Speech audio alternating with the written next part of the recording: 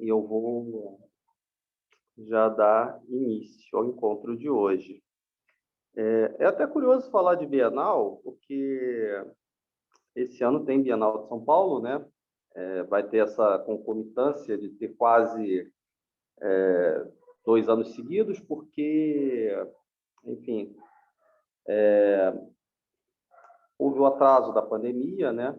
Então, há essa acumulação. E até na quinta-feira, é curioso que vai ter às 7 horas da noite a transmissão ao vivo de uma conversa com, enfim, os 4 curadores desse ano da Bienal. Então, acho que não precisa nem assistir ao vivo também, porque vai ser no YouTube da Bienal de São Paulo, na Fundação Bienal, então fica lá gravado. Vai ser interessante. Quem quiser assistir depois, tem esse aviso. 7 horas da noite, quinta-feira. Depois da minha conta aqui. Mas Mas seria quando que vai haver essa conversa? Então, a conversa é o primeiro evento da Bienal desse ano, né, considerada. Quinta-feira à noite, horário daqui, 7 horas da noite. É uma live, na verdade. Na próxima quinta-feira, pelo YouTube. E Isso, a gente isso. procura o quê? Bienal de São Paulo. Fundação Bienal de São Paulo. Fundação Bienal de São Paulo. Eles vão deixar a gravação lá depois também. Então, se não der para assistir na hora, pode assistir posteriormente. Uhum. É interessante até salientar isso até. E eles vão falar do que vai ser esse ano, que vai ser no segundo semestre, né? E, enfim, é bem interessante aí para acompanhar as discussões que estão ocorrendo, ou que vão ocorrer esse ano ainda, né? Eu não tenho acompanhado o que vai ser muito próximo à Bienal, a não ser uma notícia ou outra aqui ou ali, né? Mas é interessante acompanhar o que é o principal palco, digamos assim, de apresentação de obras do Brasil, né? Bom, isso é um ponto que eu ia falar. Outra coisa que é uma curiosidade que eu descobri ontem até é que o Zé Celso, né, o dramaturgo, importante dramaturgo brasileiro, né, vai fazer a encenação de A Queda do Céu, né, do Davi Ah, é? Copenau. Legal. Ontem, Essas coisas eu morro de pena de não poder assistir. eu não sei quando é que vai ser o lançamento, isso, na verdade, está na capa daquela revista Cult, né? Estava passando na banca de jornal, acabei vendo a revista até, enfim, estava lá escrito como uma das notícias que o Zé Celso vai organizar, né? Essa é uma coisa bem interessante até, ver o que ele vai fazer com aquele livraço, um livro interessantíssimo, A Queda do Céu, enfim, que conta a história do Davi Copenaua, né? Enfim, junto dele com o Bruce Altman, né? Que é enfim, um antropólogo que trabalha parceria com ele nesse livro. É bem legal isso, mas eu não sei, enfim, quando vai ser feita, quando começa, ainda não tenho muita ideia, não. Mas é legal que é um projeto que ele está tocando e está animado pelo que eu li por alto na banca de jornal, né? Então, acho que praticamente isso para a gente começar a conversa de hoje, né? Talvez, só para adiantar também, eu estou quase colocando os próximos encontros, enfim, hoje seria o segundo encontro, quer dizer, o próximo tema, na verdade, do mês que vem, enfim, para de alguma maneira dialogar com o NFT, enfim, obras de arte ligadas a isso. Eu pensei porque eu falo, porque não falo, enfim, temos gente que me pergunta sobre o NFT, eu sempre sou um pouco cuidadoso na resposta disso, até porque eu acho que tem duas respostas que são um pouco antagônicas. Uma que é, enfim, está dando dinheiro, o NFT, enfim, a gente encontra um monte de artistas em diversos locais, sobretudo nos Estados Unidos, mulheres jovens até, estão ganhando dinheiro. Aqui eu não estou dizendo muito dinheiro, de milhões, não, mas de vender várias obras, por exemplo, a valor de $5.000, etc., alguma coisa assim. Ou seja, um negócio que veio para ficar, essa é uma das respostas. E a segunda é que é um campo um pouco, digamos assim, cinzento. Então, tem que falar da prudência também, porque tem vários, digamos, nuances no NFT que, enfim, tem que se tomar muito cuidado. Então, de um lado, é legal saber o que é NFT, como funciona. Apesar, a obra de arte mais cara de um artista vivo no momento é um NFT, né? É de uma obra, na verdade, é um artista chamado Pac. a gente não sabe quem é. Se chama PAK, né, o nome do artista. PAK, né?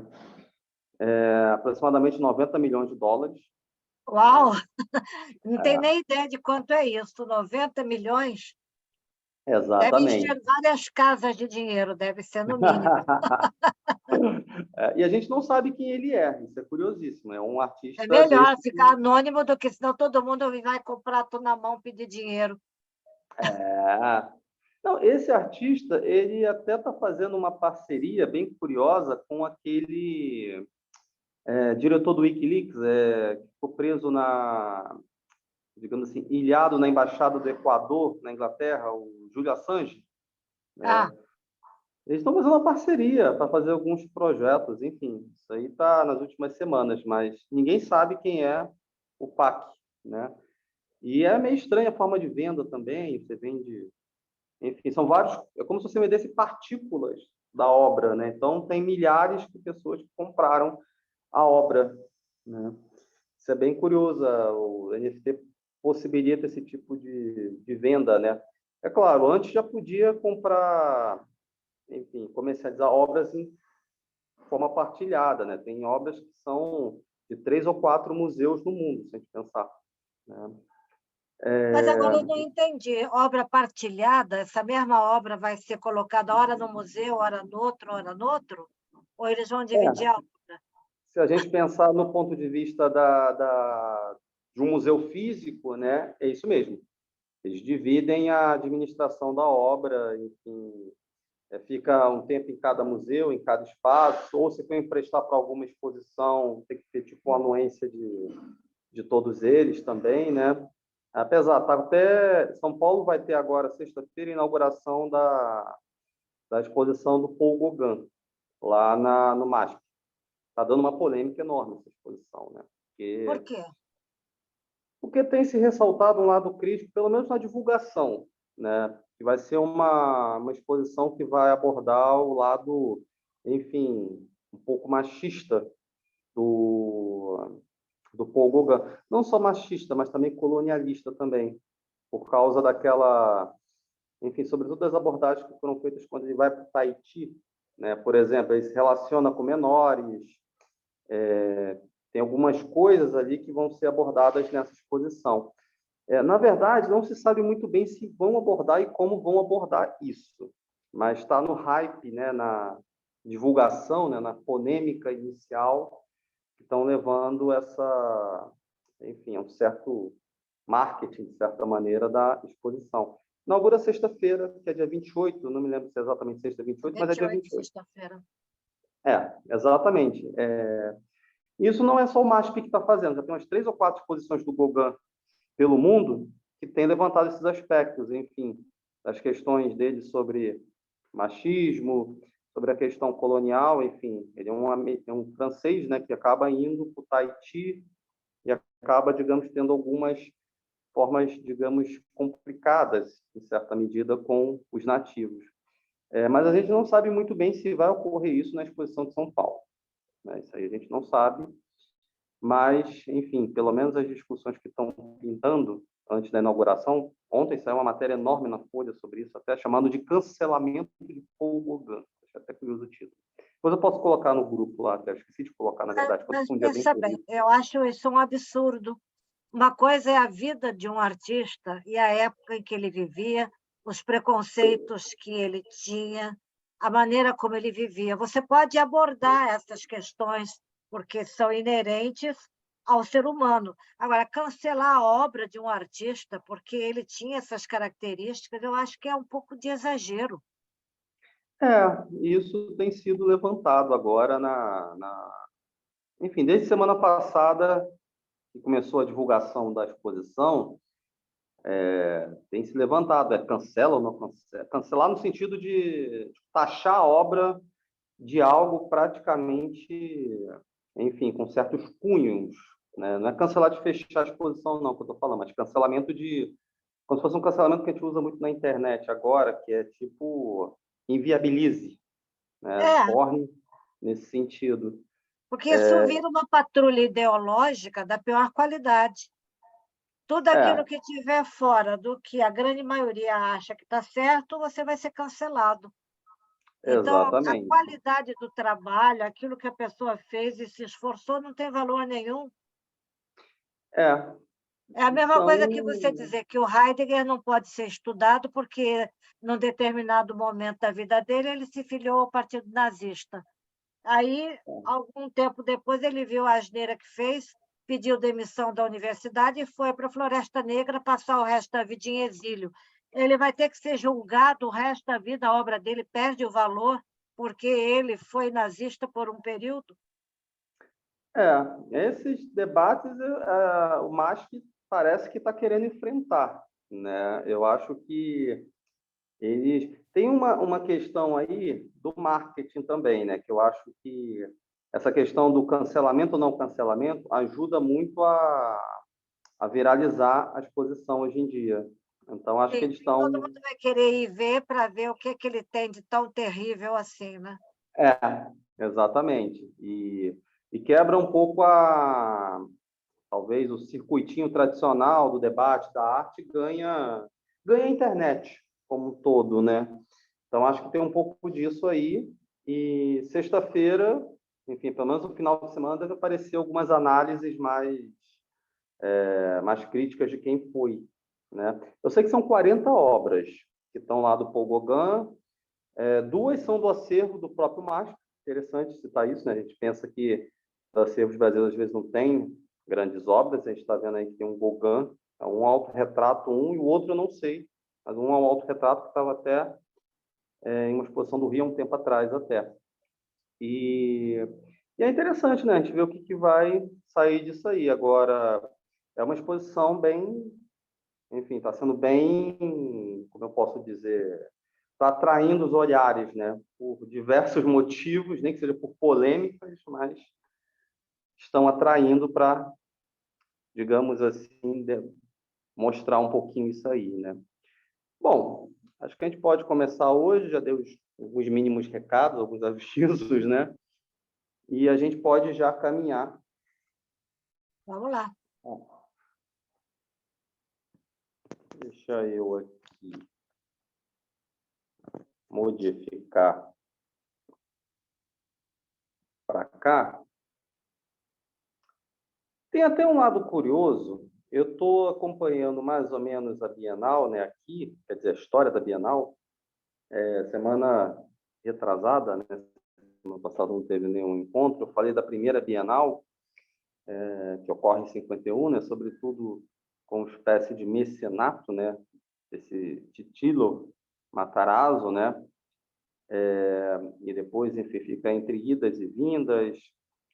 A Fundação Bienal é criada e estabilizada quase que nos anos 80, até a morte do Matarazzo em 77, permanece o controle da Bienal, pelo menos do ponto de vista mais político, digamos assim, nas mãos do Matarazzo.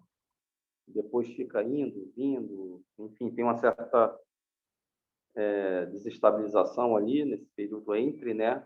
Até mais ou menos ali nos anos 80 a gente tem uma certa, como eu posso dizer, estabilização maior de como funciona a fundação, né? Isso aqui é uma imagem da inauguração. Isso aqui eu só coloquei algumas imagens iniciais, porque, enfim, eu estou quase falando da Bienal passada hoje. Hoje tem vários trabalhos da Bienal realizada anteriormente, a 34ª. Enfim, faz escuro, mas eu canto, o famoso epiteto, né?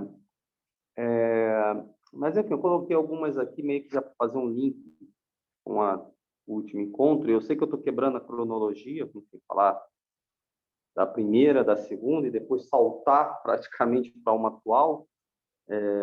Eu até tinha, não sei se todos aqui acompanharam o encontro foi realizado agora sobre a exposição feminina. Eu até citei, enfim, sobre duas bienais praticamente, 2012, 2014, né? Pouco naquele inteirinho ali, em torno de 2013, nessas duas bienais ali já estavam levantando diversas problemáticas que se encontraram nas ruas, né? 2013 teve uma certa mudança de diversas coisas ali que, tudo performáticas e de gênero que, de alguma maneira, foram incorporadas, ou melhor, já estavam ali nas bienais que estavam no entorno de 2013. Pensando até nessa Bienal que passou agora, a última, né?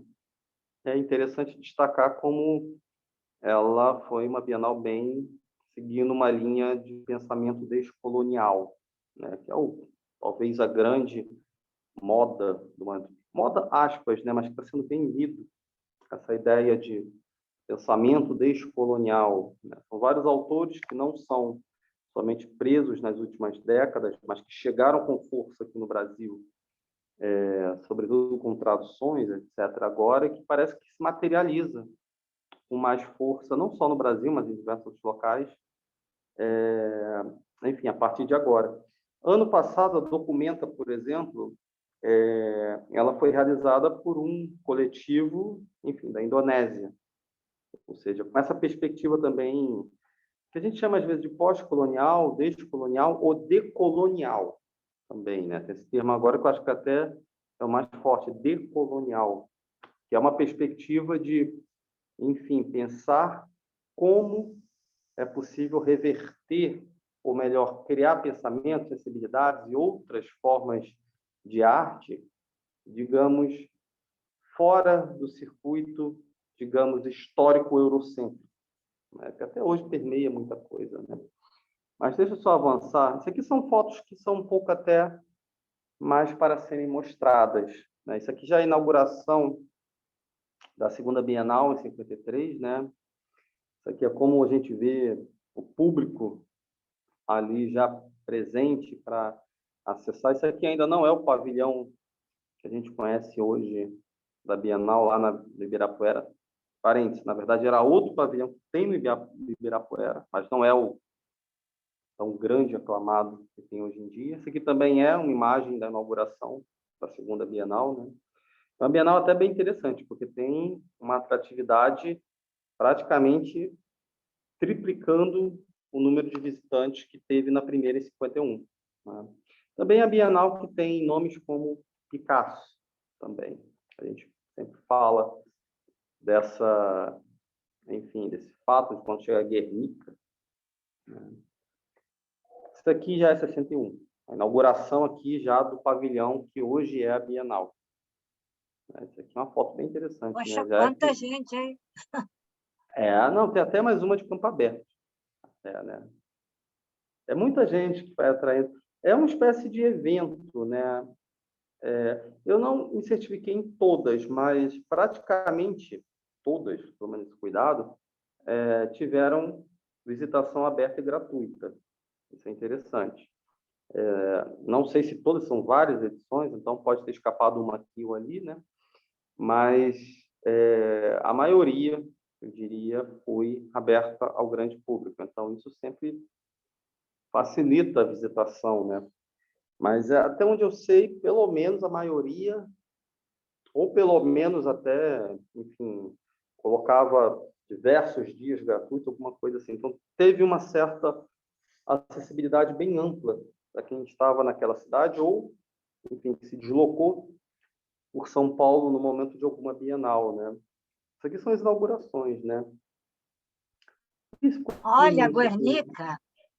Ficou pequenininho a imagem, mas tinha colocado maior, mas acho que na hora de gerar o slide acabou diminuindo. Isso aqui é na exposição de 53, né? Que tem uma sala praticamente dedicada ao Picasso. Né? É praticamente um momento em que Picasso, na verdade, tem até outros grandes artistas aqui. A gente tem o Edmund Bank, né, do Grito também, quer dizer, conhecido pelo Grito, né, mas tem outras obras, que também foi Então, o conhecido pela... Picasso também devia ser cancelado, porque tinha um monte de mulher, batia nas mulheres, pintava e bordava, machista pra caramba. Olha, ele está sendo cancelado em alguns lugares até, né? Ele está com umas duas biografias que saíram agora recentemente. Na verdade, uma, se eu não me engano, é o diário de uma das mulheres que, aí eu não sei se casou, era namorada do Picasso, alguma coisa assim, escreveu um diário que foi publicado agora, recentemente, acho que ano passado, esse ano, e tem uma biografia que também saiu que está tentando discutir isso também, né? Esse lado, digamos assim, bem violento e machista do Picasso, né? É uma ideia agora de tentar rever a história da arte, né? Tentar colocar outros critérios. Hoje em dia, Falar a quando a gente verdade, né? tentar talvez tirar até um pouco ou criticar, né, esse cânone, enfim, das artes, né, esses grandes nomes, né, ou explorar outros lados, né. Isso se vê muito no, digamos assim, no papel também que a gente reservou, infelizmente, durante a história da arte, a diversas personagens, né, ou diversas obras de arte de algumas etnias também, né. Isso. Aqui no Brasil, a gente não tem uma tradição de venda e compra de obra tão grande, mas outros museus do mundo, a gente vê que eles estão se desfazendo de parte do acervo, eles vendem sobretudo entre si, né? Mas comprando outras obras, estão remanejando diversos acervos pelo mundo, né? Isso quando pode mexer, tem acervo que ou países que não deixam mexer em determinadas instituições, tipo o Louvre. O Louvre não pode se desfazer nenhum acervo, diversos museus na Inglaterra também não podem, a não ser quando o museu é de ordem privada, né? Se a gente pegar museus de arte moderna, não só no Brasil, mas em outros locais, são instituições com acervos privados, né? Então, eles podem, teoricamente, negociar essas obras também. Tipo aquela entre aspas, polêmica que teve com a venda do Polo, há um tempo atrás, pelo Museu de Arte Moderna do Rio, foi um pouco nessa linha. É um museu privado, né? A gente pensa sempre que, às vezes, o MAN é público, não, o MAN ele é privado. É da família Chateaubriand do Rio, né? Até hoje, o conselho do MAN é liderado por integrantes da família aqui no Rio. Mas essa imagem aqui eu sei que está um pouco, enfim, pequena, mas é desse momento aí, quando teve aqui no Rio, quer dizer, no Rio não, na Bienal, desculpem, a famosa obra do Picasso, né, feita no momento, enfim, bombardeio da cidade de Guernica, na Espanha, né? É uma obra grande, eu até peguei as medidas aqui, né, depois de ver essa imagem até. Ela tem 7,77 metros de largura por 3,49 de altura, né? Uma Caramba, obra hein? bem Gigante. enorme. Digamos assim, eu até já tinha visto, assim, eu nunca vi pessoalmente Guernica, né, mas eu sempre vi um pouco a imagem sem a escala humana na frente, né? Quando eu vi hoje essa imagem, eu até pensei, não, vamos pegar essas medidas aqui para ter uma ideia de escala, né? Enfim, Eu são assisti 7. no ano passado, durante a pandemia, a um balé espanhol que foi Uhum. feito no museu em frente à obra de Picasso. Então, aparecia a obra e os bailarinos dançando flamenco. Mas, olha, causava um impacto, porque o flamenco é muito dramático. E aquelas pessoas dançando ali em frente com aquela música espanhola e aquela obra entre um painel vermelho, tinha umas cortinas vermelhas e aquela obra lá no fundo, causava um Hum, impacto fantástico. E os bailarinos ficavam pequenos diante da obra. é, não, eu acho interessante a ocupação de espaços museológicos, assim, com essas interações, assim, de colocar, de pensar o Dança, né? corpo, né? Música. Pensar o corpo, enfim, utilizando-se daquele espaço ali, que pode ser usado e pensado também como cenográfico, em certa medida, também, Também. né? O Woody Allen, que eu acho sensacional, que em diversos filmes dele em Nova York são gravados alguma cena dentro de algum museu. Sempre achei essas tomadas do Woody Allen sensacional. É, enfim, que ele pegava e colocava alguma conversa em algum daqueles museus de Nova York. Fazia uma espécie de cenário, né? Enfim, coloca até uma espécie de ilustração à obra de arte ali atrás. Eu sempre gostei dessas formas de interações, assim. Isso aqui é atual, né? Isso aqui é para a gente ter uma ideia de como esse espaço está em perspectiva. Deixa eu só mostrar isso aqui de baixo, que eu acho um pouco mais bonita, Engraçado né? aquele filme americano Cidade dos Anjos, que se passa na biblioteca, eu acho que em Boston, É muito parecido com esse pavilhão. É aquele arquiteto, eu cheguei a passar por ele, eu acho, se não me engano, quando eu falei de Bauhaus até. Ele faz umas linhas bem modernistas até, né? E aquela ideia de que, digamos, tem um plano interno mais, digamos assim, valorizado do que o externo, né? Isso aqui, enfim, internamente tem umas ondas, né? Às vezes, externamente eram alguma coisa bem retangular. E né? Assim, se a gente pegar um pouco esse pavilhão aqui por fora, ele é bem retângulo, quase. Por dentro é que ele tem esse efeito ondulante aqui do Niemeyer, né? É bem legal isso aqui, eu acho. Ele não foi construído, mais uma vez, para a Bienal, é bom lembrar isso. Mas ele acabou sendo. Ele era um espaço positivo para a cidade de São Paulo, feito para o aniversário da cidade, né? Então, nesse inteirinho, ele acaba se transformando em um momento quase como um palco das artes, né? Ou seja, a cada 2 anos, durante uns 3 ou 4 meses, vira o principal, quer dizer, um dos principais do mundo, né? Um dos principais palcos das artes do mundo, que é a Bienal de São Paulo. Até acho curioso, eu estava pensando que quinta-feira tem um encontro também, né? Estou vendo para onde eu direciono quinta-feira. Tem duas coisas que são legais de pensar, né? Que me vieram à cabeça hoje de manhã já. Uma é pensar a Bienal de 69, porque é uma Bienal que tem vários vazios, né? Por causa, sobretudo, do AI-5. Os artistas Por causa não do só brasileiros. AI-5, né? Interessante isso. Existe na Bienal de 69 diversos espaços que são cobertos por charges ou desenhos, tipo desenho que você pega e amplifica, porque são obras de arte ou espaços que acabaram, enfim, sendo deixados de lado pelos artistas, né? Porque achavam, quer dizer, fizeram uma espécie de protesto, alguns, né, e não, digamos assim, resolveram mandar a obra, ou já tinha fechado até a ideia de mandar um trabalho, uma coisa do gênero, e devido à ditadura militar, eles acabaram cancelando. Tem esse episódio que é interessante também. Tem esse episódio que eu pensei explorar na quinta, não sei se vou nessa direção, talvez eu coloque, mas tem outro também que é legal, que é 2008. Estou vendo tudo fora do tempo, né? Adoro coisas simultâneas, né? 2008 foi a famosa Bienal do vazio, né? Aquela que, enfim, os curadores, quer dizer, naquela época foi até um curador só. Essa ideia de ter mais de um curador, digamos assim, esse ano são 4, e de forma horizontal, nos outros anos tem um curador-chefe e outros curadores assistentes, mas a ideia de ter vários curadores assim de forma horizontal, como esse ano já ocorreram em outras, se não me engano, umas 3 ou 4. Não é, digamos assim, algo inovador que vai ter esse ano. Mas, em 2008, a ideia era discutir o vazio, e eles deixaram um andar inteiro desse pavilhão totalmente vazio. Essa ideia já era interessante.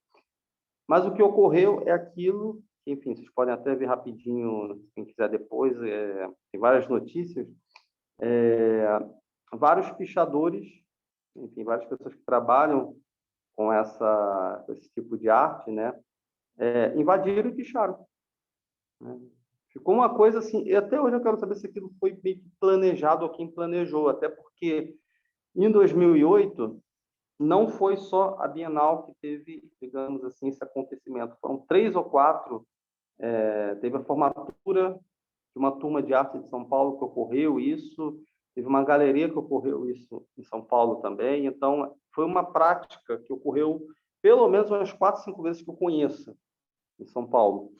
Não sei Você se acha que eles ocorreram. deixaram o espaço vazio para que houvesse a pichação? Olha, eu acho que eles não planejaram que ocorreria aquilo, mas acabou ocorrendo e foi, digamos assim, poderia acontecer nada, né? Mas, tipo assim, como já estavam ocorrendo também algumas experiências do tipo, eu acho que poderia ocorrer, né? Isso é interessante até. Não é a única eventualidade ligada, digamos assim, essa, digamos, inserção de arte que tem em São Paulo relacionada à pichação. Tem umas 3 ou 4. Isso em 2008. Então, ocorriam isso, digamos assim, não uma colada na outra necessariamente, mas é um fato que foi repetido em outros lugares. Mas eu acho que aquilo ali também serviu para discutir um monte de coisa, né? Porque a ideia da Bienal era, sobretudo, de 2008, né? Pensar a relação com espaços expositivos de arte. A ideia da Bienal 2008, especificamente, era ter um eixo, sobretudo, para pensar como expor a obra, enfim, outras coisas relacionadas. E, por isso, justamente, eles deixaram o ambiente vazio, né? Um terceiro andar praticamente vazio. É muito espaço. E ocorreu isso, que eu achei sensacional, sendo sincero. Achei uma experiência, assim, enfim, performática e bem potente, na verdade. Então, isso é uma coisa que talvez eu aborde na quinta-feira, tendo muito disso, né? Mas isso aqui, voltando, isso aqui é o Mauro Restife, né? Eu tentei colocar o nome dele várias vezes aqui e não consegui especificamente nessa imagem, né? Mas isso aqui é a última Bienal que teve, a 34ª. Enfim, faz escuro, mas eu canto, né? Ele é um fotógrafo de São Paulo. Faz escuro, mas eu canto em homenagem a Nara Leão? É em homenagem a um poeta amazonense, que até É morreu porque agora, ela que recentemente. canta essa música, né, na época do protesto. Tem essa versão que ela canta, mas originalmente é uma poesia, né? Um texto de um poeta. Exatamente, é lindo, né? Acho que é Tiago de Mello, não tenho certeza se é Cidade de Mello, mas é Tiago. Ah, Tiago de Mello, é famoso. Ele faleceu tem pouquíssimo tempo, até acho que foi fim do ano passado, alguma coisa assim. Até. Inclusive, quando a gente lê a música, está assim, música do poeta, letra do poeta Tiago de Mello, né? Acho que, não sei se a música é dele também. Eu acho que tem até uma relação dessa música, na verdade, desse poema, com um período ditatorial também. Se não me engano, eu li alguma coisa a respeito disso, que é como se fosse também uma espécie de crítica, né, ao período ditatorial brasileiro também. Eles colocaram esse epiteto na última Bienal. É bem interessante, até sobretudo com o momento que o Brasil passou, enfim, não só político, mas cultural também, né? Foi bem complicado e também, enfim, uma pandemia infernizou todo mundo praticamente nos últimos anos, né? Esse trabalho aqui, enfim, está exposto assim, né? Quer dizer, foi exposto assim, né? Com essa arrumação dos quadros, bem, enfim, um colado no outro, um maior do que o outro, né? São fotografias, na verdade. Enfim, é um fotógrafo paulista, até Mauro Restife, na verdade. Enfim, ficava até embaixo, acho que no primeiro piso ali até. Eu ia colocar outro ângulo dessa imagem, mas, enfim, só achei uma outra com uma qualidade péssima, aí acabei não colocando. Mas é um trabalho bem interessante, sobretudo para pensar a tipografia também, porque não é só a questão da obra, mas como mostrar a obra, como pensar essas relações com as artes, né? E isso é importante para ser dito porque, enfim, a Bienal não só, enfim, trabalha com artistas que são, digamos assim, os últimos que fizeram arte, né? Ou seja, a ideia não é só pensar o que está sendo feito como uma espécie de, enfim, palco só dos trabalhos dos últimos anos. Não. Diga-se de passagem, desde seu início, quando mostrava diversos artistas, enfim, que fizeram sucesso, enfim, décadas anteriores, enfim, exemplo, até mesmo Picasso, né? Enfim, coloquei o Guernica naquela imagem anterior que foi da de 53, mas haviam outros quadros do Picasso ali também. Era uma espécie de stand do Picasso, né? Só que, claro, o Guernica acabou roubando a cena um pouco, né? Mas a gente vê aí como essa Bienal, ou melhor, como as bienais como um todo, a gente encontra isso em diversas, acabam, digamos, não só pensando nas obras mais recentes, mas nas formas de expor mais recentes, nas formas, enfim, de se relacionar com as artes. Enfim, não é necessariamente uma ideia de você só olhar. Daqui a pouco tem algumas obras que são um pouco mais, digamos assim, performáticas, interativas, né? Mas a ideia também é questionar esses limites, enfim, do próprio circuito das artes. Ou seja, é bom lembrar que o Ibirapuera, eu não coloquei aqui, mas, enfim, a 34ª Bienal tinha um alto-falante do lado de fora do pavilhão que ficava recitando uma espécie de releitura, né? Enfim, daquela obra para não, quer dizer, para acabar com o juízo de Deus. Aquele poema enorme, que, enfim, é bem crítico, digamos assim, ao, digamos, estilo religioso, né? Isso do lado de fora do pavilhão, né? Isso com som também, né? A ideia é explorar diversas linguagens. A ideia é, digamos, até forçar ter relações que a gente fala um pouco epistemológicas, né? Que é a palavra que sempre vai e volta no meio do mundo das artes, que é você rever as formas de relação com as artes ou com o circuito das artes. Na verdade, até isso, por exemplo, que está sendo feito agora com Gauguin, nessa exposição de sexta, ou até mesmo, por exemplo, essa Bienal foi a que mais teve a participação de, enfim, artistas indígenas, né? Enfim, a ideia de mexer um pouco nesses cânones, né? Pelo menos até onde é possível, né? Mas deixa eu só avançar um pouquinho. Isso aqui foi um dos pontos mais altos até da última Bienal, né? Porque, enfim, isso aqui é o meteorito Santa Luzia que ficava aqui na Quinta da Boa Vista, no Rio de Janeiro, no Museu Nacional. Enfim, o que sobreviveu ao fogo, né? Viajou galáxias inteiras para pegar fogo no Museu Nacional, né? E foi colocado Então, na Bienal? foi de São Paulo, né? Interessante. É isso que a Bienal, por isso que eu estou salientando como a curadoria da Bienal, a relação com os objetos artísticos, o que é o objeto artístico, o que são as formas de expor, né? É algo que, digamos assim, a Bienal busca debater, né? Não é, digamos assim, mostrar somente o mais, digamos assim, aspas no termo, mais vanguarda das artes, né?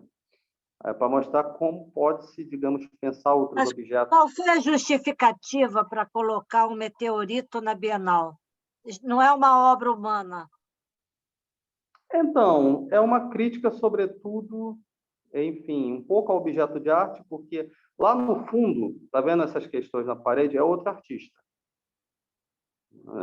É uma outra artista que fez diversos trabalhos não relacionados com o meteorito, mas que, digamos, na montagem e na expografia, acabou, digamos, criando essa espécie de narrativa visual, né? A ideia é como objetos podem se juntar com outros, criando e ocupando espaços dentro, enfim, do circuito das artes, né? Eu não coloquei aqui, eu vou voltar, mas eu queria mostrar isso aqui. Estou indo, queria mostrar isso aqui, né? Tem tanta coisa interessante, você está correndo. Não, eu vou voltar, Você vai mas mostrar, né? e se faltar alguma coisa, como quinta-feira tem mais um encontro, eu posso também retomar na quinta alguma coisa. Opa, volta. Esse aqui. É, esse aqui é um artista até carioca, Arjan Martins, né? Complexo Atlântico. Por exemplo, a gente está com essa obra aqui, que era uma âncora, né, amarrada na coluna ali, na curva da rampa, né, da Bienal. Mas, por exemplo, a ideia de colocar nesse ponto também tinha um diálogo, aí eu não coloquei aqui, né, mas enfim, com uma série de trabalhos que estavam de frente para isso aqui, que eram trabalhos que dialogavam com a imagem de Frederick Douglass, que é digamos assim, pode até dizer isso dos iluministas americanos, né, mas digamos assim, dos pais da pátria americana que, enfim, criam a ideia de democracia, liberdade, independência nos Estados Unidos, são vários nomes que criam isso, que debatem, são vários livros. Até na coleção Pensadores, nos 2 volumes, dependendo da coleção Pensadores, que só debatem, algumas ideias estão circulando ali nos Estados Unidos, mas tem o Frederick Douglass, que foi um personagem que também criticou bastante a escravidão lá. Então, tem alguns artistas que estão fazendo diversos trabalhos com esses, digamos, personagens, sobretudo personagens que estão, enfim, mostrando perspectivas de pensamento, enfim, não só da América, mas, digamos assim, fora do circuito um pouco eurocêntrico. Agora há pouco eu falei que a gente está com um pensamento, enfim, pode ser pós-colonial, decolonial, enfim, descolonial, enfim, é o grande eixo que estão, digamos assim, aparecendo alguns trabalhos, ou melhor, que estão influenciando, sobretudo, também curadorias, enfim, formas de exposição e outras coisas, e a gente percebe isso um pouco nessa Bienal que teve ano passado. Esse é um trabalho que, sobretudo, quer mostrar, enfim, uma ligação com o tráfico negreiro, né, com a escravidão.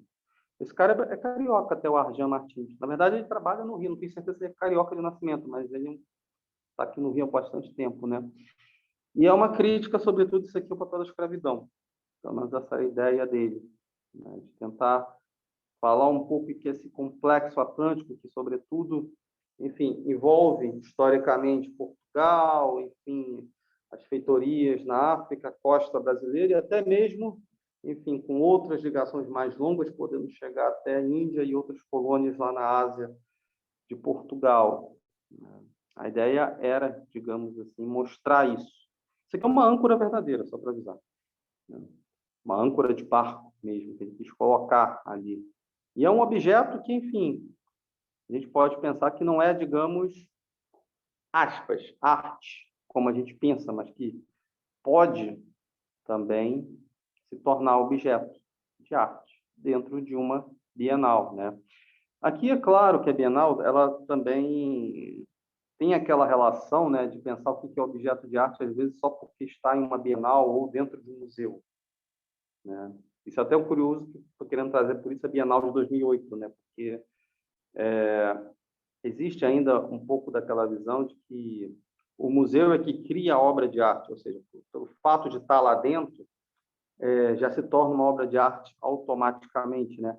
O Banksy fez isso, tem um trabalho do Banksy, enfim, aquele artista britânico, a gente não sabe a identidade também, mas, enfim, trabalha com street art, sobretudo, que ele, dentro do Museu Nacional de Londres, ele fez um trabalho bem legal, porque ele pegou, ele fez uma espécie de intervenção em uma pedra, enfim, lá tinha uma espécie de obra um pouco educacional, assim, mostrando como é que era o Homem das Pedras, né? Enfim, e ele colocou uma pedra embaixo com um cara empurrando um carrinho de mercado, né? Ele colocou essa pedra ao lado para sacanear um pouco isso, né? Mas a ideia aqui da Bienal, e eu estou querendo mostrar um pouco desses últimos tempos, sobretudo a última mesmo, é como há uma discussão, sobretudo, da ideia de tipografia, da ideia do que se compõe o objeto de arte, enfim. Esse ano talvez tenha uma ideia até mais forte do que a curadoria também, tem expectativa sobre isso até, porque são 3 curadores e, enfim, alguns são, digamos assim, artistas da literatura, enfim, não são artistas plásticos e visuais, enfim, são artistas bem múltiplos, né? Tem um historiador da arte, um artista que lida mais com literatura e crítica até. Então, é interessante ver essa proposta desse ano. Na verdade, esse ano estão até analisando uma proposta mais descentralizada. A ideia de descentralização é bem importante, sobretudo nesse momento que, como eu disse, se tem valorizado essa noção mais descolonial, né? Ou seja, de tirar, digamos assim, a referência eurocêntrica do mundo, digamos assim, e pensar em uma espécie de multiplicidade de ligações, né? A Documenta fez isso muito fortemente ano passado. Mas, enfim, deixa eu voltar. Estou indo e voltando, né? Isso aqui, meio múltiplo um pouquinho, né? Enfim, esse aqui é o meteorito, né? Que foi, digamos assim, incendiado no Museu Nacional. Enfim, imagina que viajou galáxias, caiu no Brasil, foi recuperado. foi parar no Museu Nacional e acabou sendo queimado, né, de novo. Enfim, e acabou ocupando um espaço dentro da última Bienal, né? Foi exposto. Passo da resistência. E eu gostei dessa forma de conexão, enfim, com esses trabalhos ao fundo, que é outro artista, né? Sim, são pedras também, né? Como é que é o nome daquela técnica de você, tipo, derramar um pouco de tinta e vazar, deixar circular na água? Na água não, desculpa, no papel. Tipo uma aquarela, mas é uma técnica um pouco mais à deriva, Fazer né? aguadas, né? É, Manchas. como se fosse isso, né? Diversas tonalidades, né? É interessante essa Interessante que a composição. gente, olhando daqui, parecem pedras dialogando com esse meteorito. Eu Tem não uma imagem pensaria até. que eram manchas de papel. É, Agora, nessa posição, dá a impressão de mancha, sim. Mas do jeito como estava, pareciam objetos tridimensionais. é, é uma. É isso que eu falo que é o problemático da foto, né? A gente às vezes trabalha com foto, a gente entrega uma perspectiva que vem sobretudo graças ao fotógrafo, né? Tem um ângulo do fotógrafo aqui mediando isso tudo, né? Tem até aquelas intervenções, não sei se vocês estão vendo aqui no meu canto esquerdo superior, está ali, enfim, no segundo andar, uma palavra, né? Isso é a intervenção de um artista que fez. São nomes ligados aos povos indígenas, né? Tem diversos locais da Bienal tinha essas interferências no espaço, né? Enfim, isso aqui é um pavilhão, né, principal. Coloca o meteorito, combina com outras coisas.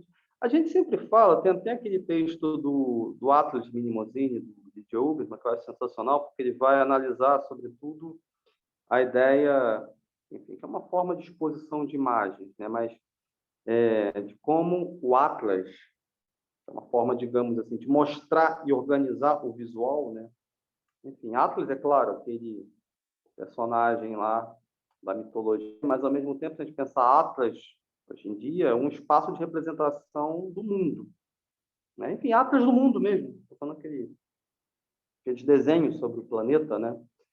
É uma forma de gestão do visual, só que existem outras formas de pensar Atlas, né? E a Bienal, ela faz essas bagunças, entre aspas, no sentido positivo do termo, né? Essas gestões das obras de forma a combinar com outros elementos que estão lá, que eu acho sensacionais, né? A ideia de não pensar só o que está ali, mas também o que aquilo ali pode criar em relação com outras coisas, que é bem legal. E o Atlas, só para falar, já que eu apresentei esse conceito de Atlas, né? É um pouco disso também, né? A ideia de que você vai criando relações visuais com o que você olha.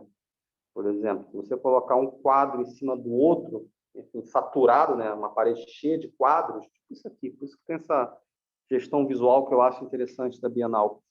Você saturar as obras assim, uma ao lado da outra, ter essa organização tipográfica, a gente muda a capacidade de percepção em relação à obra, né? A gente até pode criar narrativas subjetivas, claro, diferentes conforme a organização que é criada dentro desses espaços, né? A gente pode, enfim, isso aqui é muito mais fácil de se pensar, que você deu o exemplo dos quadrinhos, né? Quadrinhos, a gente fala às vezes quando a gente analisa, e quadrinho é uma forma de arte. Quando eu vi esse cara que é concorrente à BL falou que, enfim, quadrinhos não é literatura, quase eu vai tacar uma pedra nele, mas enfim, um meteorito. Mas enfim, é arte, sim. Mas nos quadrinhos é interessante quando a gente fala que a imagem é formada na sarjeta, né? Que é aquele espaço em branco entre os quadrinhos, né? Tem um quadrinho aqui, um quadrinho ao lado, um quadrinho embaixo, e geralmente tem um espacinho branco que divide os quadrinhos. A gente fala que a imagem do quadrinho se forma nesses espaços. Você está saindo de um espaço, lendo uma, É copiando e como se dialogando fosse com um o outro. livro que a gente estivesse lendo, um livro de HQ, né? Essas fotos. É, Eu acho muito É bem semelhante essa. interessante essa ideia. Em curadoria e tipografia, a gente chama até isso de ideia de atlas, né? Enfim, Uhum. de pensar a forma de mostrar como se fosse, Dando como se uma pudesse. sequência, né? E mesmo assim, também é, não tem, digamos assim, aquela ideia de respiro, é uma carregada na outra, né? E não é uma impossibilidade do espaço, né? Ou seja, você poderia organizar de outras maneiras, mas sim uma opção visual mesmo, né? Aqui em E a maioria... Portugal, o quadrinho chama banda desenhada. Isso eu não sabia, não tinha ideia. Pois é. Eu também não sabia o que era. Todo mundo falava em banda desenhada, eu não entendia. Até que eu descobri. Banda desenhada, quadrinho. Eu acho interessantíssimo quadrinhos, né? Acho que desde que a pop art ali, enfim, trouxe para dentro dos museus ou das galerias, né? E os anos 80 começaram também a produzir quadrinhos, digamos assim, para acessibilidade mais de adultos, né? Porque o conteúdo é mais hard, enfim, tem roteiro mais criativo, de certa maneira. Então, os quadrinhos dos anos 80 e 90 são, enfim, tem exemplares ali que são sensacionais, são obras de arte pura, praticamente, né? E, na verdade, até são obras que misturam, que uma pessoa escreve, a outra desenha, a outra organiza, então é como se fosse uma espécie de filme, né? Que, enfim, o filme é feito por um diretor, por o cara que faz a maquiagem, enfim, tem ator, atriz, então são vários personagens para se fazer um filme, né? Desde que estão na frente das câmeras e os que estão atrás. E quadrinhos também é um pouco disso, né? Uma produção pode ser bem coletivizada, né?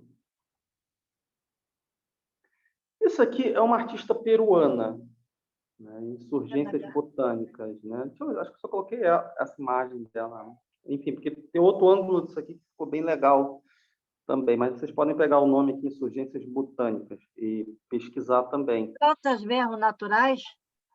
Hum? São plantas de verdade? São.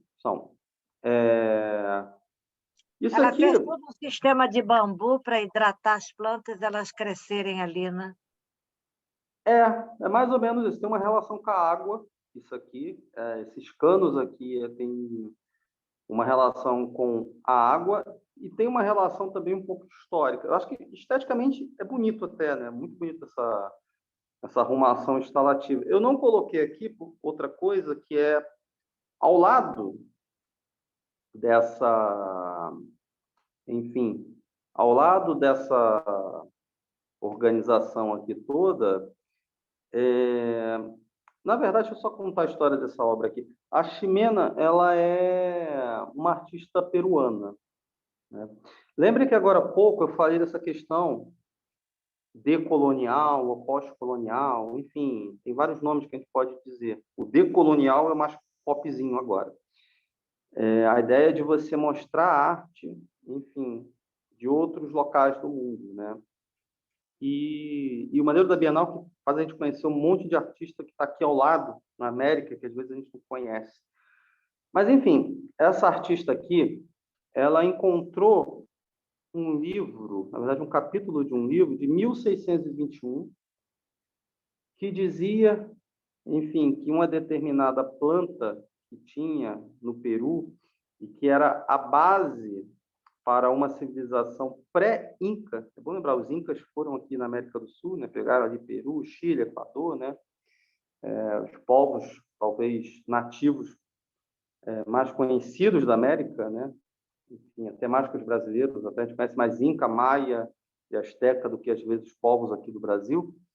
Mas antes dos Incas, havia uma civilização que usava uma espécie de planta tanto pelo formato da raiz, e aqui vai estar a outra parte dessa obra que eu não coloquei, mas é tipo organizações diferentes da raiz dessa planta, como moeda mesmo, moeda, como se fosse o papel da moeda de você trocar. Enfim, era uma espécie de Era mediação de usado como valores. dinheiro, né? Mais ou menos isso. E também como Interessante. uma espécie de, como eu posso dizer, de escrita também.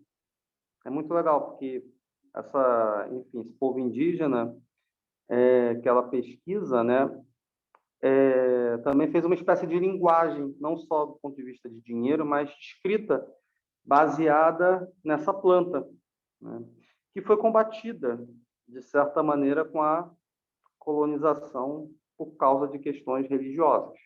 Permaneceu durante o século XVI essa, digamos assim, cultura local, mas em 1621 a gente já via que era combatida pela visão eurocêntrica que vinha da colonização. E ela fez essa obra, enfim, como eu disse, tem um outro painel ao lado, que são imagens das sementes, que realmente parece até quase uma linguagem, quase um alfabeto, né? Porque são várias formas de sementes diferentes, eu não coloquei aqui, e ela faz essa parte aqui, né? Insurgências botânicas. Enfim, como essa planta pode, digamos assim, insurgir, ser um símbolo de algo construído de dentro para fora da América, né? Como se pudesse sair desses canos, né? Digamos assim, de nascer mesmo, né? Ela faz esse trabalho com essa, enfim, com essa semente que era certamente algo do ponto de vista cultural daquela sociedade, né? Era algo que, digamos, tinha relação, enfim, com troca de valores, com troca de escrita, até relações com o divino, enfim, ocorria com essa planta. Mas ela acabou sendo combatida, sobretudo por religiosos, né? E ela faz Ela justamente um trabalho... desapareceu ou ainda existe essa cultura? Existe de forma muito marginal ainda. Digamos assim, a sociedade que fez isso, digamos assim, que defendia esses ideais baseados nessa planta, praticamente desapareceu. Agora, o que ela criou do ponto de vista de cultura ainda permanece vivo em alguns locais do Peru. Isso é interessante. Então, aquelas sobrevivências na cultura que a gente vê e que a gente às vezes não percebe. Por exemplo, as palavras que vêm, enfim, dos indígenas ou até mesmo dos africanos, enfim, que tem no Brasil, né? Ou alguns gestos. Um dia eu estava até vendo uma citação na internet que eu achei interessante, de como o churrasco, a princípio, se a gente for pesquisar, é de origem indígena. O churrasco não é a palavra, mas o gesto também, né?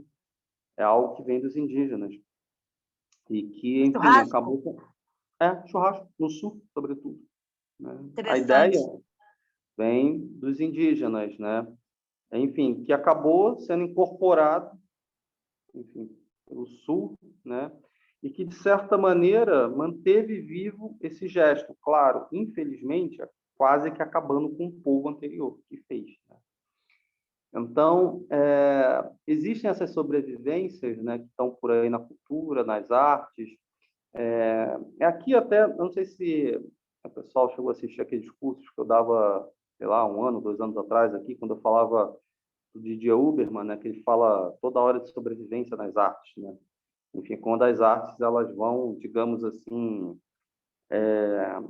como se fosse incorporando, né, colocando partes no corpo das artes de coisas que estão circulando na cultura, né, que a gente às vezes nem sabe muito bem a origem, né? Com o tempo a gente consegue até destrinchar, mas tem muita coisa que a gente fala hoje em dia que é sobrevivência, né? Algo que entrou ali e a gente não sabe muito bem. Eu estava até conversando com uma amiga recentemente sobre barroco até, barroco movimento cultural, sobretudo Minas Gerais, né? É curioso como, enfim, Minas Gerais tem dragão, né? Você olha assim, A dragão?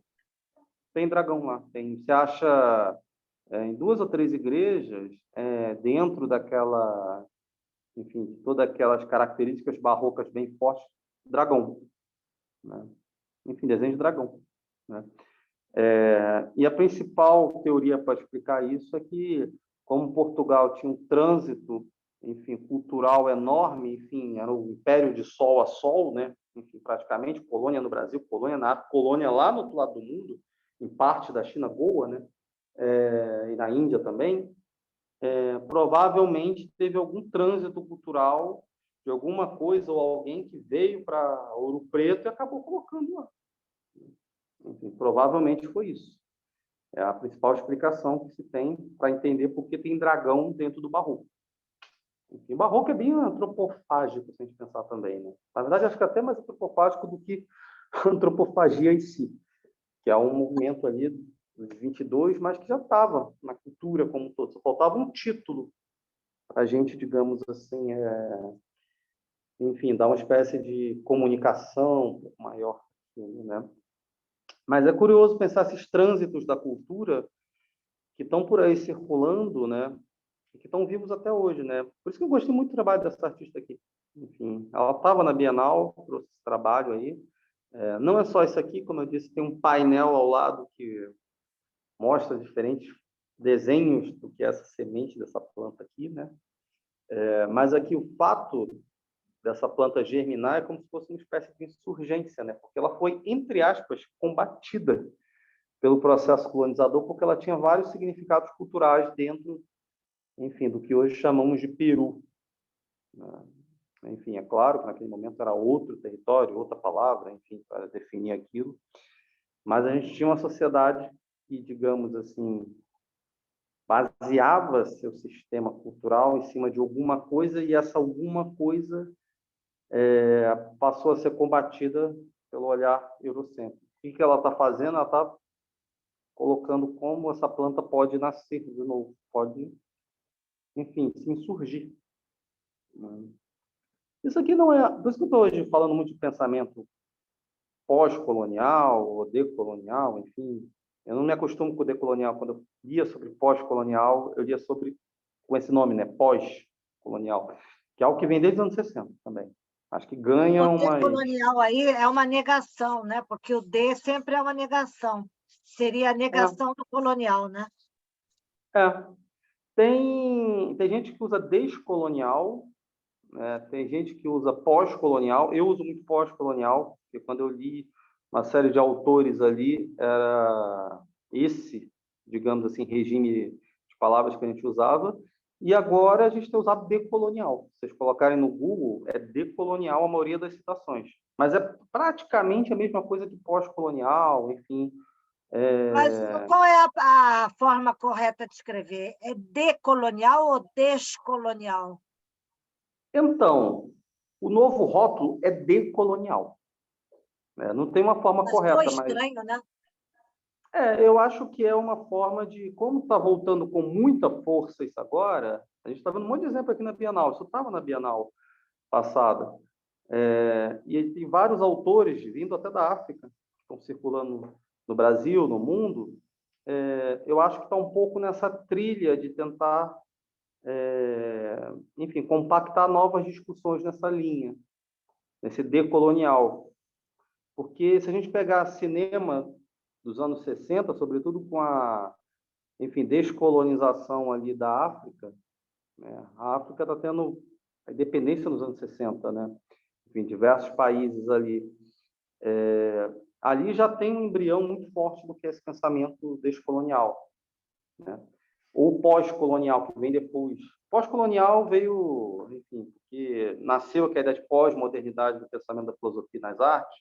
Aí a ideia de colocar pós em tudo virou uma espécie de gambiarra, né?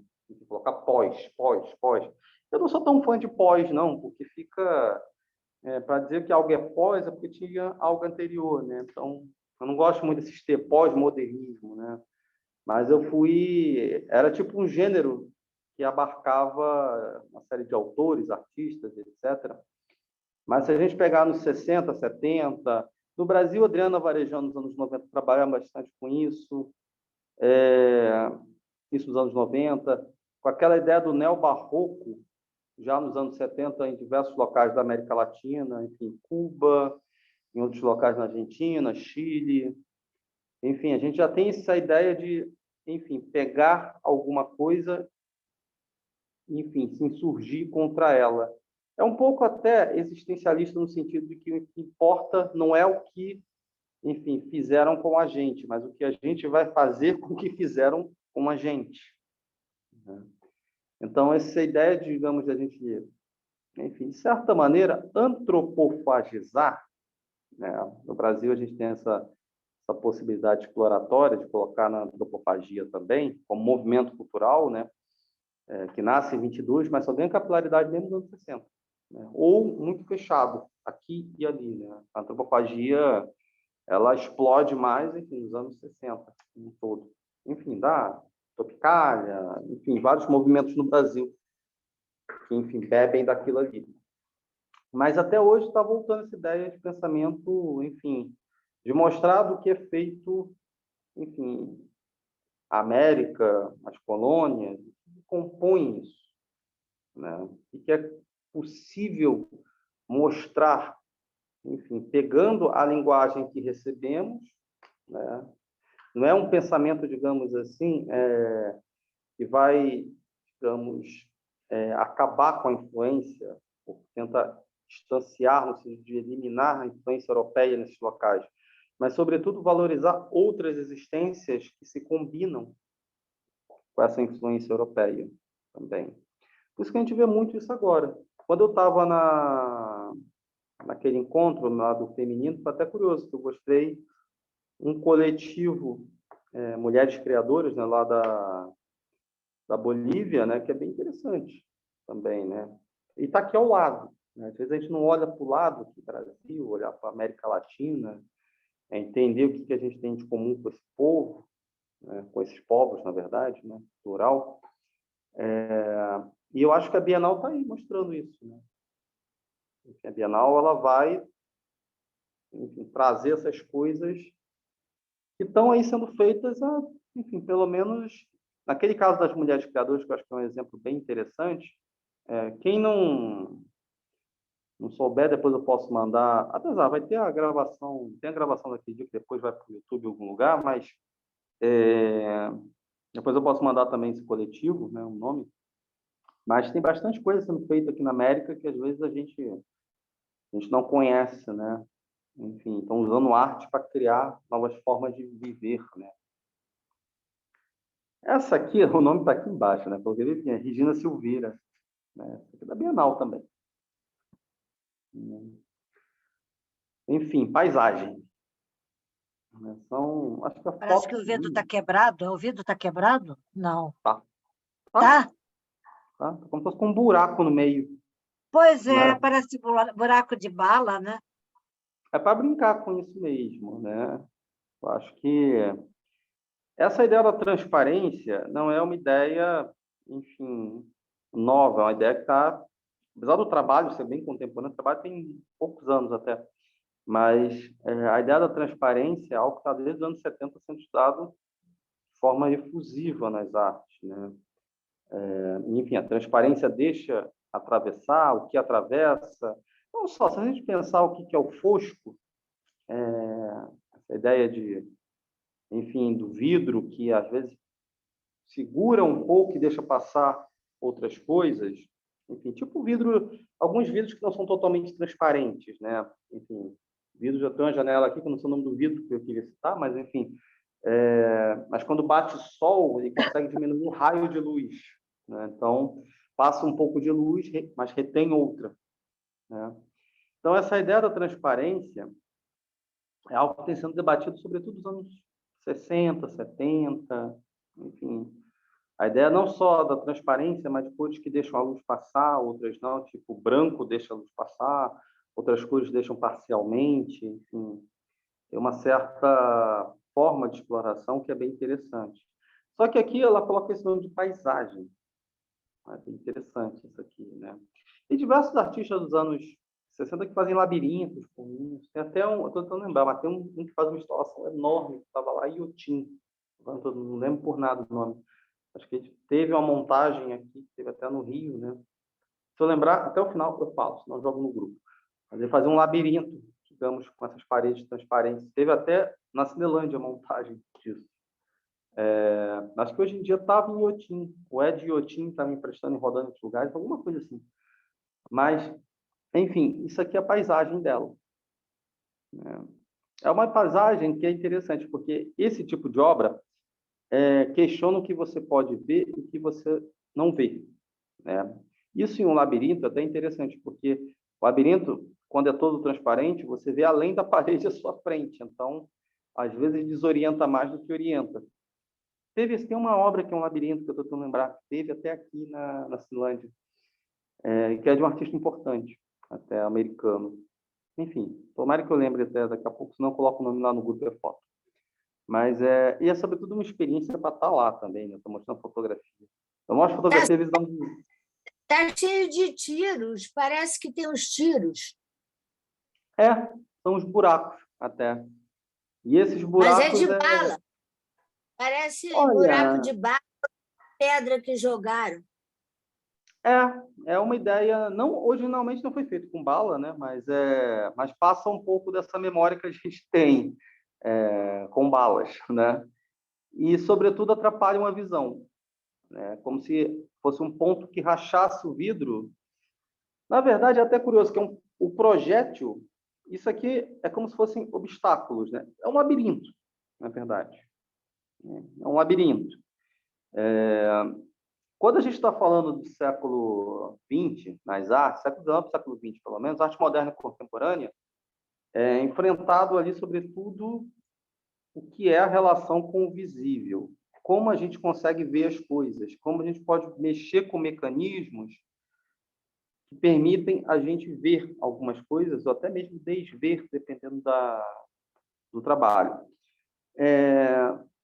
Aqui, tem trabalhos dos anos 60, estou tentando lembrar o artista, mas eu não estou lembrando, mas enfim, que trabalha bastante com esses labirintos aqui. É um artista conhecido, já teve aqui no Rio, já foi exposto no MAN, Iotim também já teve, e ele montou uma parte do que era para estar no MAN na Cinelândia, até. Mas ele tinha um labirinto assim.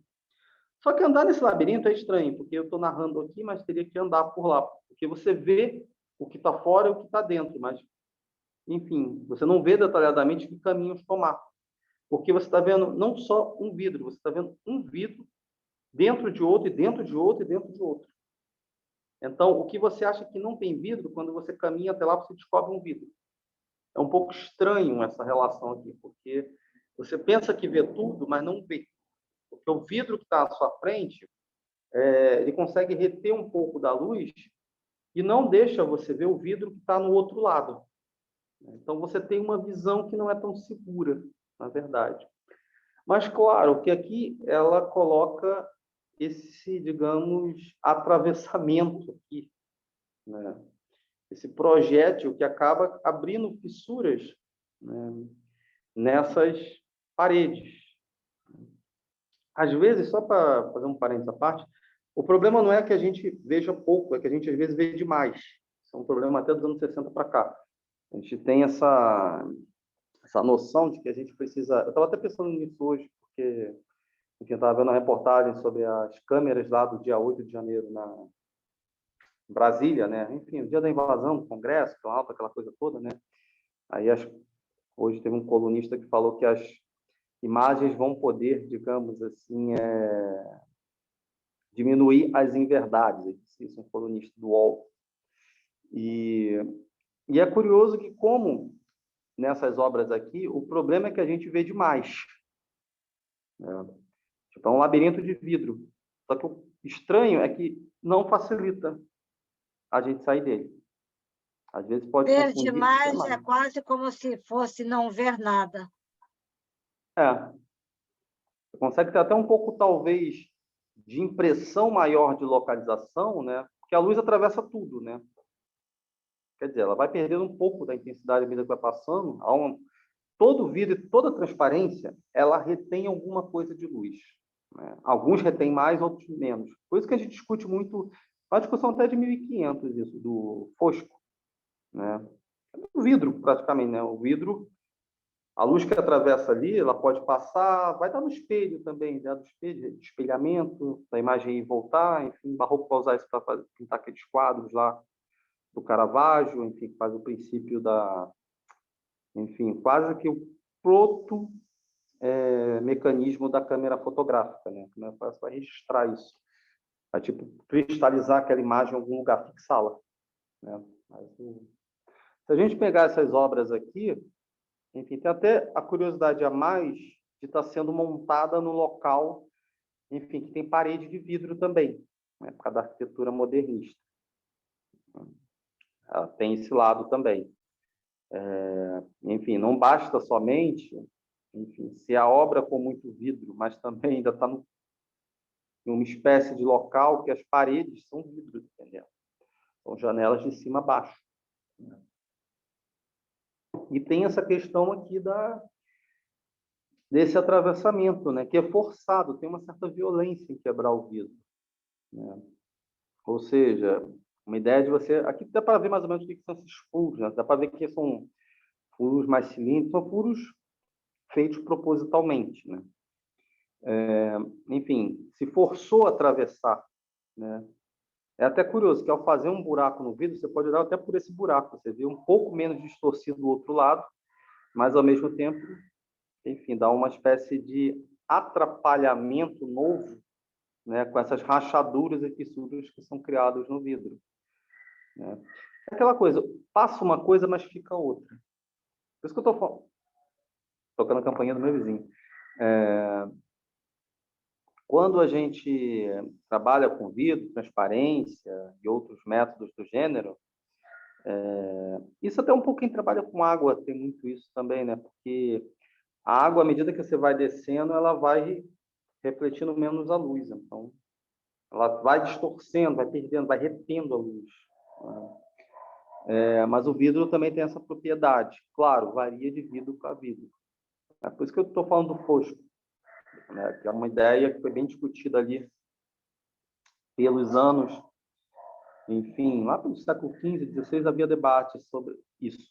E eu estou falando de debates escritos, né? Porque provavelmente já tinha coisa antes. Se a gente pensar nas igrejas medievais que tinham vitrais, já, então provavelmente já tinham debates anteriores, né? Talvez apareça algum outro texto aqui ou ali, mas do ponto de vista de estudos mais aprofundados, até mesmo por causa da física ali do século XVI, aquela coisa toda que vai discutir na óptica.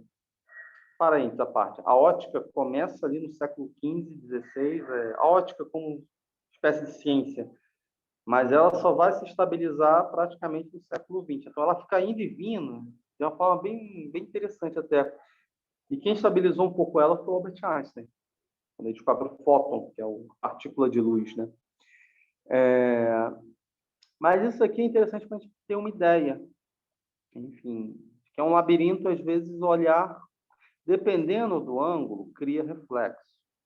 Enfim, reflexo ele é ampliado porque uma coisa refletindo na outra. Então, ao mesmo tempo que a transparência, enfim, pode causar um sentimento de maior visibilidade, isso pode ser apenas uma impressão, na verdade. O olhar engana, em outras palavras. Só que aqui era legal andar nesse troço aqui, né?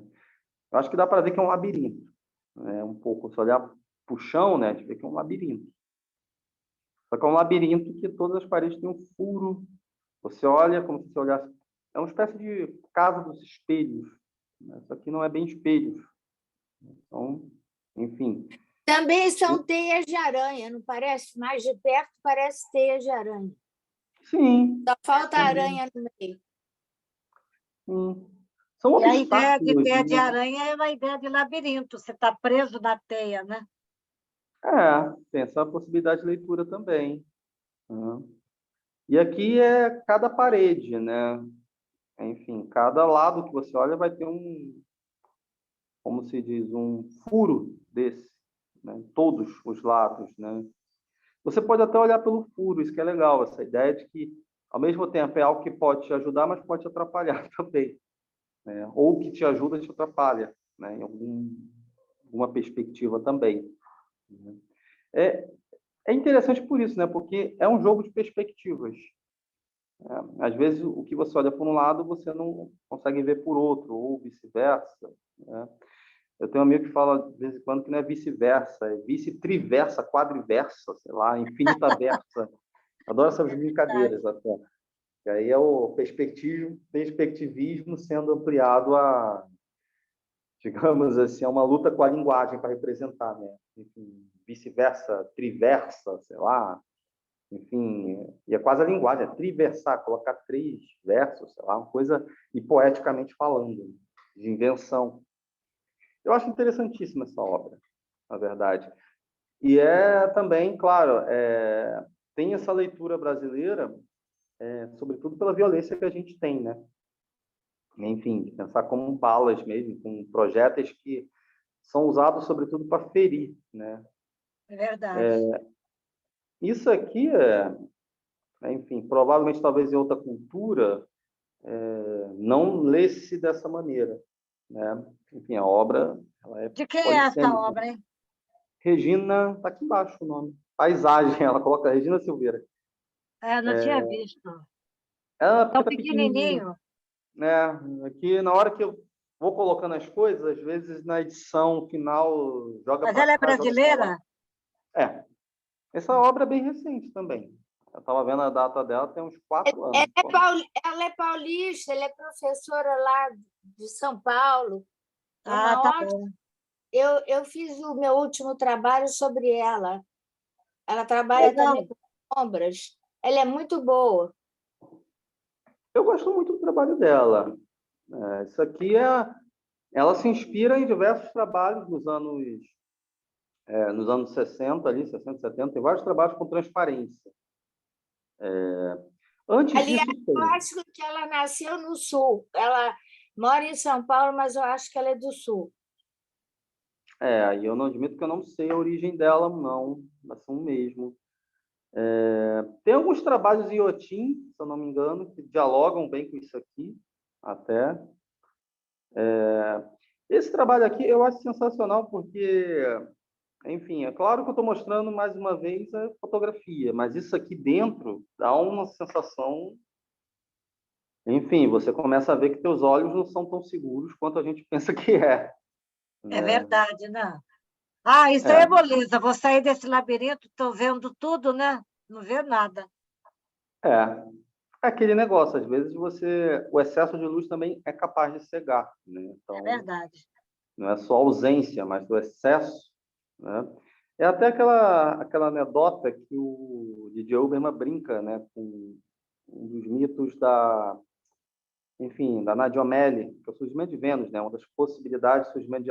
Tem uma versão do mito, né, que, enfim, uma pessoa chega para Vênus e enfim, faz um pedido para ser capaz de ver tudo, né? E ela dá esse dom à pessoa. Só que o problema é que ele vê tudo e não consegue focar em nada. Então ele pede para voltar atrás, né? Porque ele pede o segundo para voltar atrás, porque, enfim, o fato de ver tudo significa que às vezes você não vê nada, né? Enfim, ele vê tudo no ponto de vista de células, de coisas pequenas demais, né? E você não consegue, acaba ficando uma espécie de cego, né? Eu gosto muito do trabalho dela. Enfim, esse aqui é um outro ângulo, né? Como se fosse de lá para cá, né? E é quase outra leitura, né? A fotografia, às vezes, diz muito do fotógrafo do que do objeto de arte em si, né? Por isso que é sempre bom a gente salientar como, enfim, às vezes andar por lá, enfim, pudesse atravessar isso aí, é que era o objetivo da artista, né? Não a gente ver por foto. Mas, enfim, a foto também ajuda a gente conhecer, etc. Ter enfim, alguma experiência, nem que seja visual somente com a obra, né? Mas, claro, a ideia é ir lá, né? Passar por dentro, se perder até. Eu estava até, curiosamente, eu estava até entrando no Facebook agora, né? Coisas que eu tento não entrar. Vejo pouco rede social hoje em dia. Se eu não me engano, é o Chico Fernandes. Ele anunciou, estava propaganda lá no curso dele no Parque Lage, né? E é interessante que uma das coisas que está marcando lá, digamos, estudar as errâncias, né? Os desvios, a deriva, né? Ele estava dando uma aula, dividindo com outro professor, que é tanto uma aula em sala, quanto uma aula meio que caminhando por dentro do parque também, né? E o labirinto é um pouco disso, né? Um pouco de errância, né? Tem muito... acerto ou acerto, e depois um erro, um erro pior, né? É um pouco sistema de loteria, né? E é até curioso pensar, porque a Bienal como um todo, ela é quase um grande labirinto também, né? Sempre Eu sempre falo para todo mundo que a Bienal ela tem um espaço, digamos assim, um momento positivo dela, com data, enfim, término e etc. Tem outros canais, você pode ter as imagens depois, tem os catálogos, tem os textos, tem as exposições, agora tem as questões relacionadas ao meio virtual também, mas é um labirinto tão grande que, por exemplo, a última Bienal que eu fiquei lá 4 vezes a Bienal, da mesma, né, falando assim, e você não consegue ver tudo.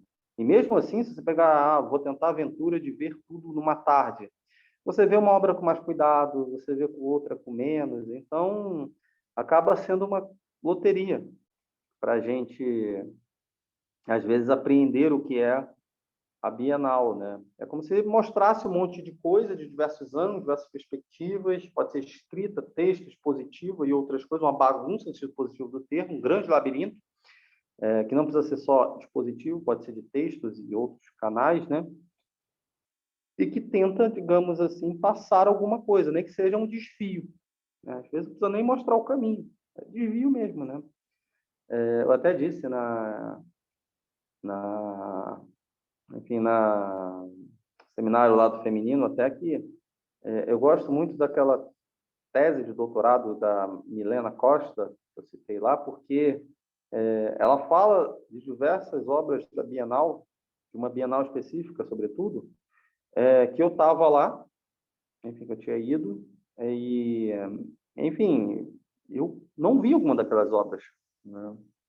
Não tinha como ver, assim, ou eu vi, eu passei em frente, peguei um fragmento, né? Uma coisa me chamou a atenção, mas eu acabei não aprendendo um pouco sobre a obra, né? Até porque a Bienal é um número de obras infinitas, né? Quase, não tem como ver aquilo tudo, só se você ficar lá um mês inteiro, indo de 8 da manhã até o final, e dependendo, ainda dá problema, né? Possível, né? Exatamente. A Bienal, elas existem, né, para tentar, eu brinco isso, né, pelo menos uma conclusão que estou dando uma olhada em bienais como toda agora, né, ela tenta te contaminar com alguma coisa, o que eu não sei, né? Enfim, pode ser até depois do término dela, não precisa nem ir nela, né? Ela pode atingir de outras maneiras, por isso tem periódico, foto, outras coisas, né, as discussões que ela abre, né? Isso aqui não é um quadro, isso aqui é um vídeo, na verdade, né? Enfim, o sino da capela de Nossa Senhora do Rosário dos Homens Brancos, em Ouro Preto. Foi o único da colônia a soar um toque de lamento pela execução de Tiradentes. Esse sino aqui também teve em alguns momentos históricos. Por exemplo, Brasília, quando inaugurou, colocaram esse sino lá, né? E aqui é legal porque é um gesto decolonial, né? Vou usar a palavrinha da moda Verdade. agora. Tinha muita coisa nessa Bienal, essa última. Tem um Seguir nesse meteorito, tem um sino bem aberto, âncora. né? Exatamente. E são coisas assim múltiplas, né? São diversos objetos, várias perspectivas, né?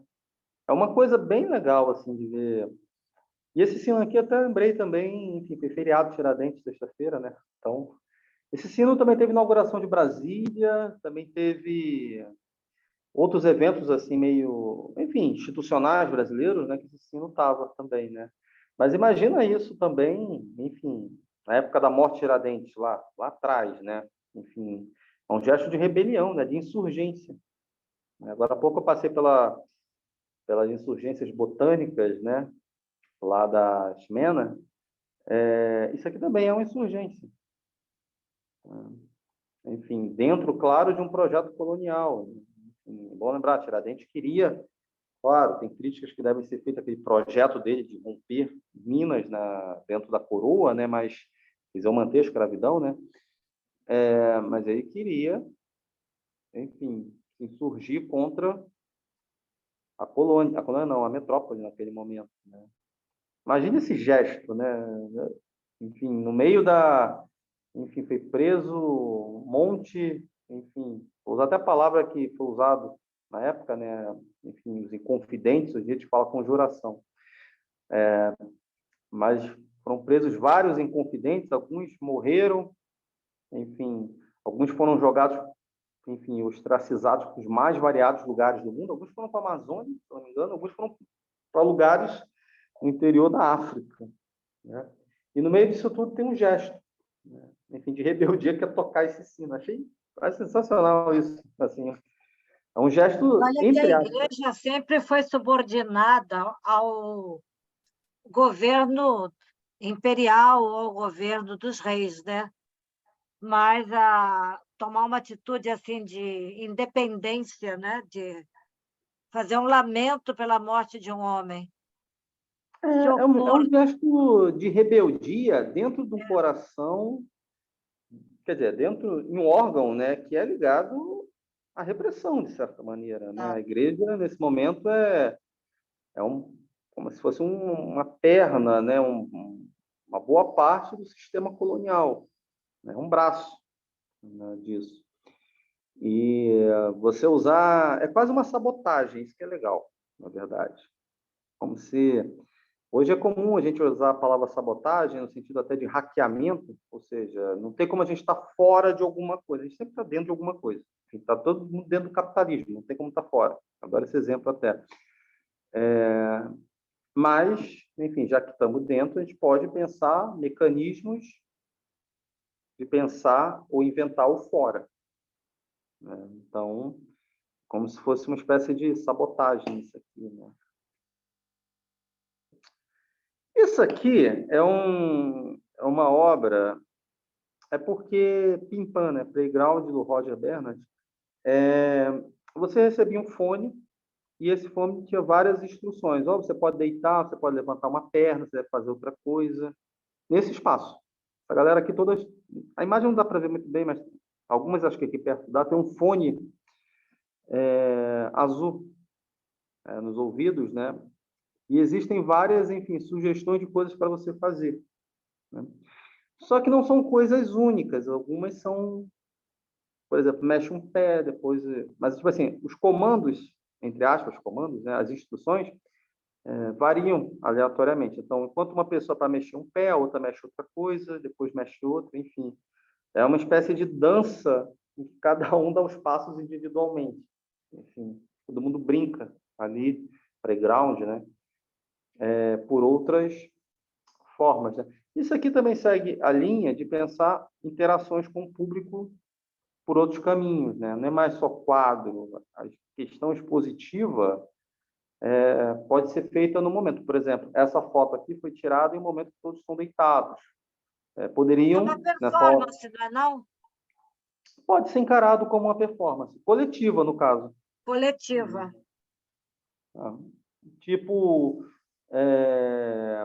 enfim, você consegue atingir todos, mas atingir todos por caminhos diferentes, porque é como se cada um desses fones falasse: olha, deite, levanta um pé, enfim, levanta alguma coisa, faça tal movimento X, e vai sugerindo, né? As pessoas podem acatar ou não também, né? Mas você pode ver manifestações disso aqui múltiplas e infinitas, né? Porque pode ter uma pessoa, pode não ter nenhuma. A obra pode estar ali, ninguém vê, né? Também. Enfim, a obra existe, mas ela só existe se precisar de um corpo para manifestar, e esse corpo é do espectador, né? Isso aqui fica mais claro. Isso aqui, né? Isso aqui eu tinha mostrado, né? Complexo Atlântico, né? Cordas Ardia Martins, né?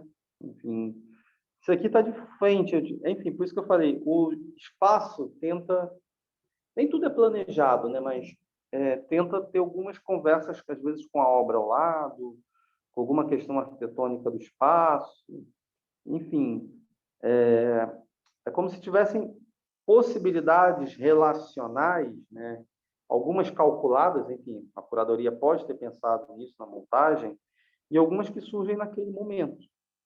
Enfim, por exemplo, na obra anterior, você pode estar aqui, encontrar uma pessoa e fazer um passo quase que de dança igual, sei lá, alguma coisa assim. Tem umas certas aleatoriedades nessas questões relacionais, né?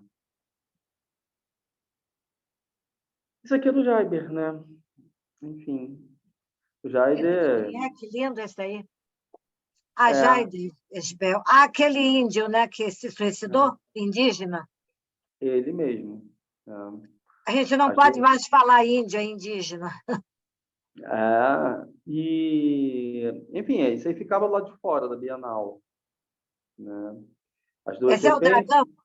o dragão indígena? São serpentes, né? São duas serpentes que flutuam na lagoa do Ibirapuera, né? Enfim, elas estão em posição de ataque, né? Curioso, né? Em Era... Pedro Alves Cabral, Exatamente. que aparece representado em uma escultura na outra margem da lagoa. Essa está genial. É uma coisa, por isso que eu hoje estava pensando nesse termo decolonial, enfim, pós-colonial, né? Enfim, a gente vê muito que essas obras estão apresentando outros pontos de vistas, não enquadrados, às vezes, no termo ocidental, no lado, entre aspas, civilizacional, que às vezes é uma palavra que tem uma carga de poder complicada por trás. Enfim, civilização é tal modelo XY.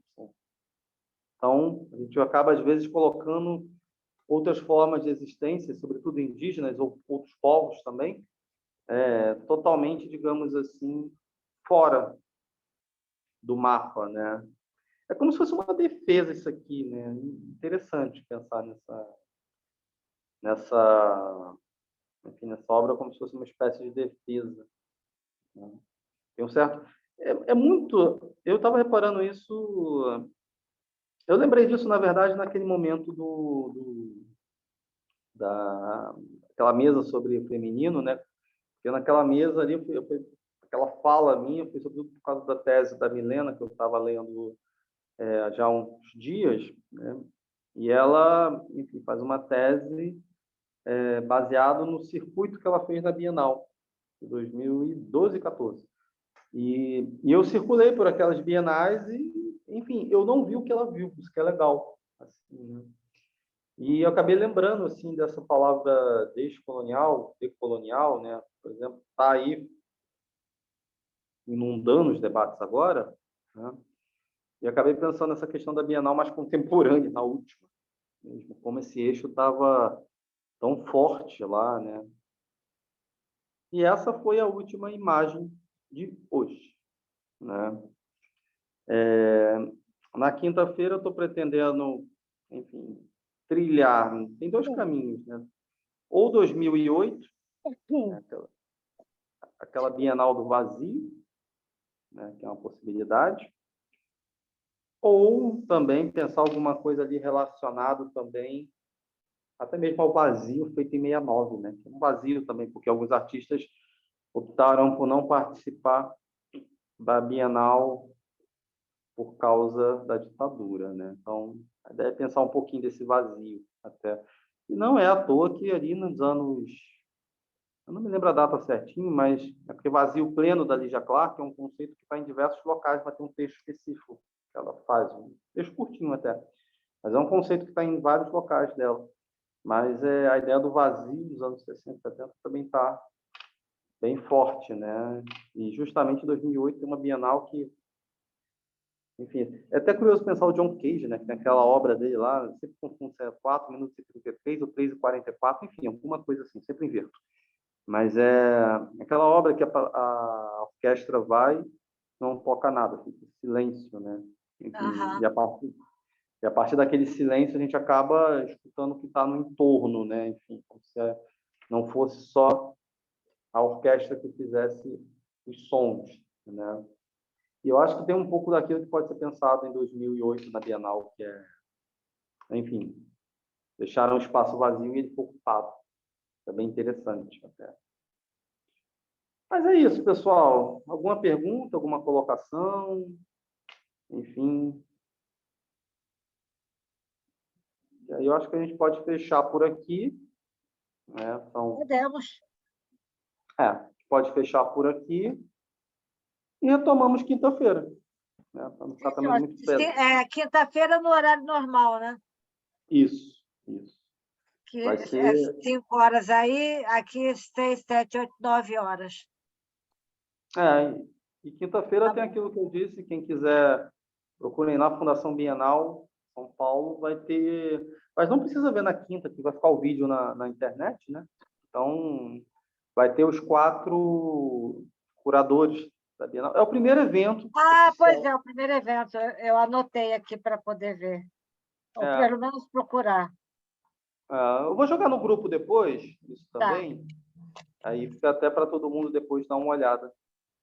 Então Eu é vou isso, pôr no gente. grupo também.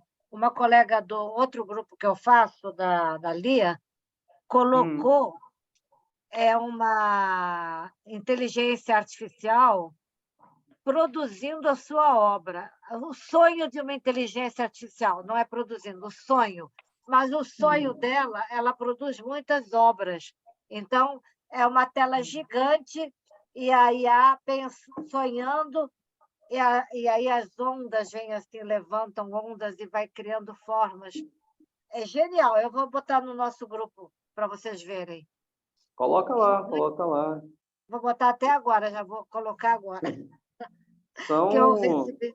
É muito interessante, muito. A gente Eu recebe tenho... muita coisa, então às vezes fica meio difícil de dextar. Não, eu tenho visto bastante essas coisas das IAs, né? Até estou meio... Eu tenho até testado alguns textos na IA, até a IA, essa GPT, alguns textos lá.